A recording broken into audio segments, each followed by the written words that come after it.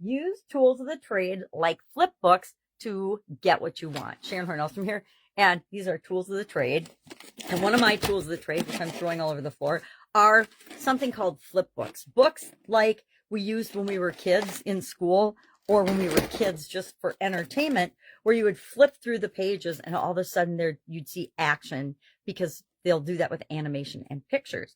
Well, I have used flip books and things for a lot of different reasons, but mostly for personal development, personal growth, for understanding a topic in detail, or for achieving goals and objectives, or for just becoming a better version of myself. Following my sudden cardiac arrest, I actually wrote a book on flip books after I had used them. I should look and see when I published this, because it was a few years later after I had used several of different types of flip books and created different flip books to help me recover from a death experience and figure out what I was going to do with my life moving forward. I had to re-examine everything, and mostly primarily I had to look at my physical well-being, my mental, emotional, and spiritual well-being, and how I was treating myself and what I was thinking and what I was feeling that could have caused me to have that health challenge in the first place before I could change my life. And I had to make a absolute positive 180, and maybe it was more than that. I probably changed 3 or 4 times in terms of what was important to me, what were my priorities, and how I was going to choose to create the life I wanted versus like so many people. And I used to think, we all think that we're unique and special and different, and we are, yet there are so many things we have in common with other human beings. And one of those is that we are very much controlled by the thoughts and the actions and beliefs and feelings of other people, the people around us. Our family has a huge influence on us. Maybe yours doesn't on you, but for the vast majority of people, our family and friends are huge impactors on what we think, what we feel, what we talk about, what we even see or will consider as possibilities for ourselves. And sometimes what's right for them isn't right for us. And we need to step out of that comfort zone of the family or friend group and actually spend some time and energy thinking about what we want to create in the world, what we want our life to be like, and how we want to show up. And if we're feeling icky or bad in any area or aspect of our life, it means that we are not being true to who we really are.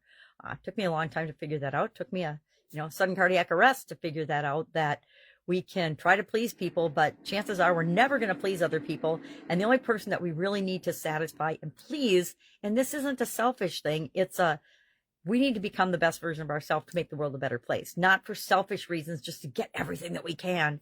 There's a lot of that in the world, but I choose not to participate in it, and I hope that you do as well. So today we talked about tools of the trade for Supersize Your Business. Every day I create a couple of pieces of content. One is for my Supersize Your Business group, people that are business owners and they're building and growing a business. Most of them to make the world a better place and to change the world. Sure, to take care of themselves and those they love and care about, but also to have a positive impact and leave a legacy on the world. And so every day I talk about a different idiom. What does it mean? Where does it come from? And how might you use it to build and grow your business? And today, tools of the trade is a fun one for me because every industry, every business I've ever been in has specific skills, abilities, tools, equipment, and things that help people to do their job. And within those industries, depending on your role in those industries, you use different tools of the trade. For example, as a quality manager, statistics and documentation and graphs and processes and systems were my tool of the trade. Leadership, teamwork, things like that. But mostly, how do things flow? How do they work? How can we create and automate them so that we can get predictable results? That was my tools of the trade for that. As a business owner, leadership and teamwork are my tools of the trade. As a consultant, questions are actually my total tool of the trade. And I don't know if most coaches and consultants would tell you that, but your ability to ask the right questions at the right time and listen for the answers, people will tell you everything that you need to know about them and to help them because they really know the answers themselves. You're just like a sounding board to help them reflect back what it is that they know they need to do anyway, right? At least that's been 95% of my experience as a coach and consultant has been, hey, these people know what to do. They just aren't doing it for whatever reasons or blocks that are in the way. So by asking questions, we can break through those blocks. By using tools like I like my flipbook tools, I can create whatever I want. I've used them for hundreds and hundreds of things in my life. And they're one of my favorite and most powerful tools. Maybe we'll do flip books next year for next year's challenge. And we'll just go through the flip book I created and we'll randomly pick a page out of it.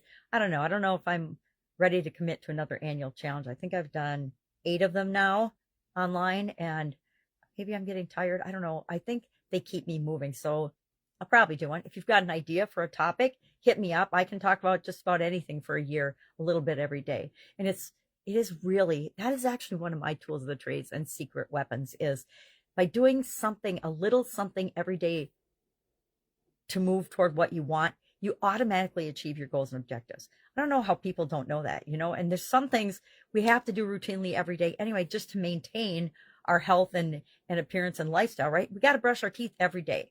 I don't know. Maybe some people don't brush their teeth every day, but if they don't, guess what happens? The teeth fall out. They fall out, they turn brown, they get cavities, all kinds of crazy things because they're probably eating every day. I don't know. Anyway, I digress.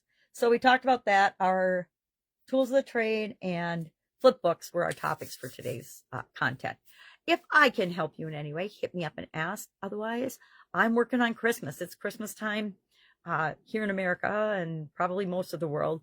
And so, like everybody else, it doubles the amount of things I want to accomplish and things I want to do. And so I might even make some Christmas cookies today. I don't know. Have an awesome day. If I can help you in any way, ask. Otherwise, I'll be with you tomorrow.